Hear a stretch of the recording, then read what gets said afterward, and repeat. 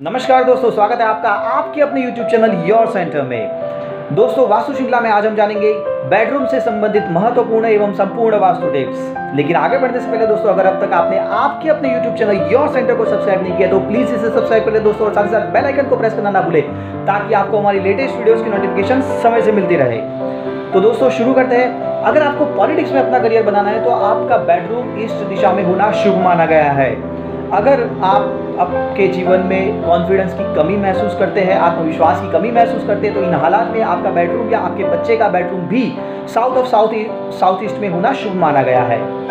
अगर आप अपने जीवन में फोकस्ड नहीं है, अपने करियर को लेके फोकस नहीं है, अपने गोल को लेके फोकस नहीं है, तो इन हालातों में आपका कमरा साउथ दिशा में होना शुभ माना गया है।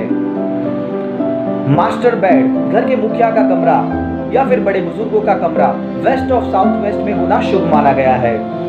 दोस्तों, वास्तुशास्त्र के मुताबिक जो लोग अगर मेहनत मजदूरी करके कमाते हैं या फिर सर्वेंट क्वार्टर्स का कमरा कहा जाए तो यह कमरा वेस्ट दिशा में शुभ माना गया है। दोस्तों ध्यान रहे, ये सिर्फ बेड की दिशा की बात कर रहे हैं हम लोग। सोने की दिशा हमने अलग से दूसरे वीडियो में बताई हुई थी कि किस दिशा में सिर कर सोना चाहिए, जिसकी लिंक हमने डिस्क्रिप्शन बॉक्स में भी यहाँ पे दी हुई है, आप उसे फॉलो कर सकते हैं। आगे बढ़ते हैं दोस्तों, बेड किस दिशा में होना चाहिए। अगर आप गवर्नमेंट के साथ जुड़े हुए हैं, टेंडर्स के साथ जुड़े हुए हैं, तो उनका कमरा या फिर गेस्ट का कमरा भी नॉर्थ वेस्ट दिशा में होना शुभ माना गया है। स्टूडेंट्स का कमरा या फिर जो लोग अपना करियर शुरू करने वाले हैं तो उनका कमरा नॉर्थ दिशा में होना शुभ माना गया है। हैप्पीनेस के लिए जो लोग डिप्रेस रहते हैं, हताश रहते हैं, निराश रहते हैं, वैसे लोगों का कमरा नॉर्थ ईस्ट में होना शुभ माना गया है। सन्यासी का कमरा नॉर्थ ईस्ट में रखा जाता है। आपके या मेरी तरह जो लोग संसारी है उनका कमरा नॉर्थ ईस्ट में कभी भी नहीं होना चाहिए। ध्यान रहे दोस्तों, नॉर्थ ईस्ट में कमरा नहीं होना चाहिए। घर के ब्रह्म स्थान यानी कि सेंटर में भी बेडरूम नहीं होना चाहिए। यह हॉल का स्थान है और यह स्थान क्लीन एवं स्पेसियस होना चाहिए। मैरिड कपल का कमरा साउथ ईस्ट में कभी भी नहीं होना चाहिए। साउथ ईस्ट में कभी भी नहीं होना चाहिए। आगे बढ़ते हैं दोस्तों, यह थी आपके बेडरूम की दिशा के बारे में बातें। अब बात करते हैं बेडरूम कैसा होना चाहिए और फिर बेड कैसा होना चाहिए। तो दोस्तों, मास्टर बेडरूम जो कहा जाता है तो वो ज़्यादातर दूसरे कमरों से बड़ा होना चाहिए और वहाँ की फ्लोरिंग दूसरे कमरों से थोड़ी सी ऊपर होनी चाहिए।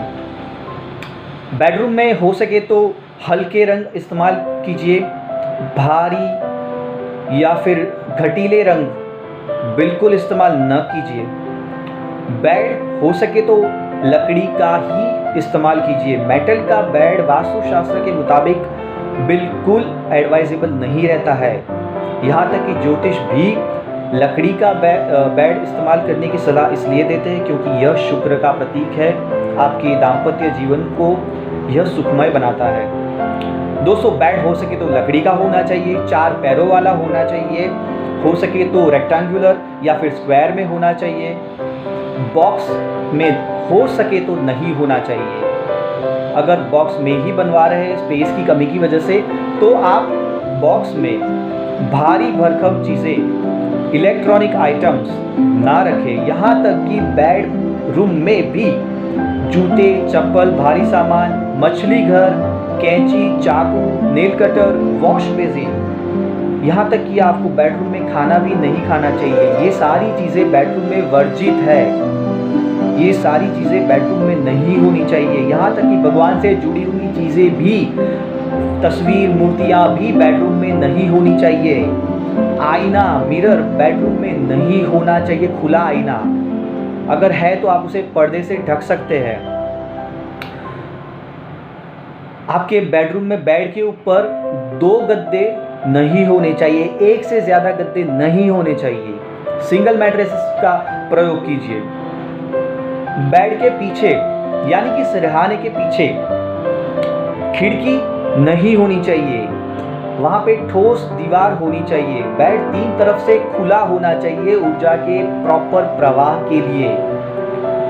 आजकल अटैच बाथरूम का ज़माना है दोस्तों, पर ध्यान रहे बेड के एग्जैक्ट सामने, बेड के बिल्कुल सामने वॉशरूम नहीं होना चाहिए।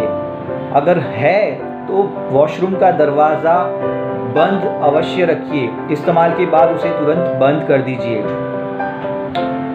बेडरूम में बेड के ऊपर बीम नहीं होना चाहिए, बीम के बेड के बिल्कुल ऊपर पंखा भी नहीं होना चाहिए। हो सके तो उसे थोड़ा सा साइड में रखिए। बेडरूम में एंटर होते ही, बेडरूम में प्रवेश करते ही दरवाजे के बिल्कुल सामने भी बेड नहीं आना चाहिए। ध्यान रहे दोस्तों, जमीन से सिटाकर भी बेड को नहीं रखना है, दीवार से सिटाकर भी बेड को नहीं रखना है। थोड़ी सी गैप छोड़नी है दीवार के पीछे भी, दीवार के आगे भी मतलब। बेडरूम में आप कपूर या फिर किसी भी खुशबूदार फ्रेग्रेंस का प्रयोग कर सकते हैं। हो सके तो बेडरूम में गमले नहीं लगाने चाहिए।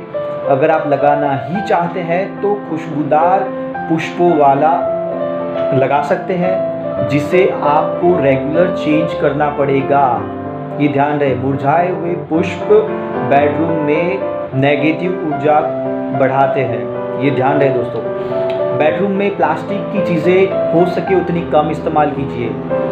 अगर आप डेकोरेटिव चीज़ों के रखने के शौकीन हैं तो ध्यान रहे कि ये चीज़ें क्रिस्टल से बनी हुई होनी चाहिए, जैसे कि 2 हंसों का जोड़ा है या फिर डॉल्फिन अगर रख रहे हैं आप, तो ये सारी चीज़ें भी या तो क्रिस्टल की हो, पर ध्यान रहे कि प्लास्टिक की नहीं होनी चाहिए। हो सके तो मेटल की भारी चीज़ें भी नहीं होनी चाहिए। लकड़ी की चीज़ें आप इस्तेमाल कर सकते हैं। दोस्तों, बेडरूम में स्वच्छता अति आवश्यक है।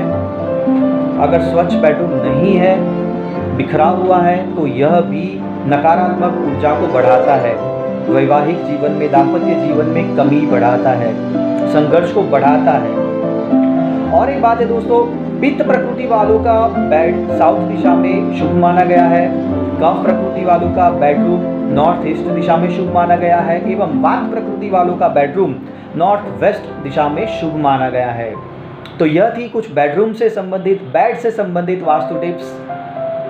जल्दी मिलेंगे दोस्तों ऐसी ही कुछ महत्वपूर्ण वास्तु टिप्स के साथ। ज्योतिष, वास्तु, योगा, डायटेटिक्स से संबंधित आपको अगर कोई भी समस्या हो तो इसमें दिए गए नंबर पे अवश्य संपर्क कर सकते हैं। हमारे फ्री मैरिज ब्यूरो की सेवा का भी आप अवश्य लाभ उठा सकते हैं दोस्तों। फिर मिलेंगे, तब तक के लिए टेक केयर।